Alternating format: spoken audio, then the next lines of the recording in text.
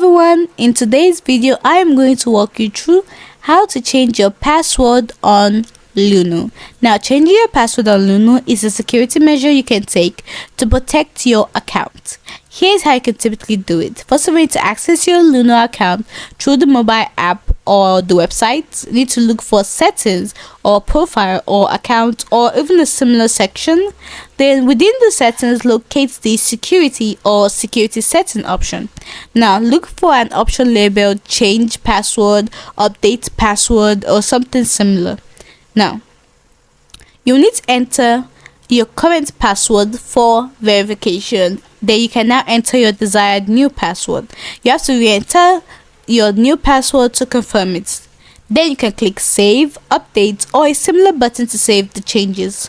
You should receive a confirmation message or notification indicating that your password has been successfully changed.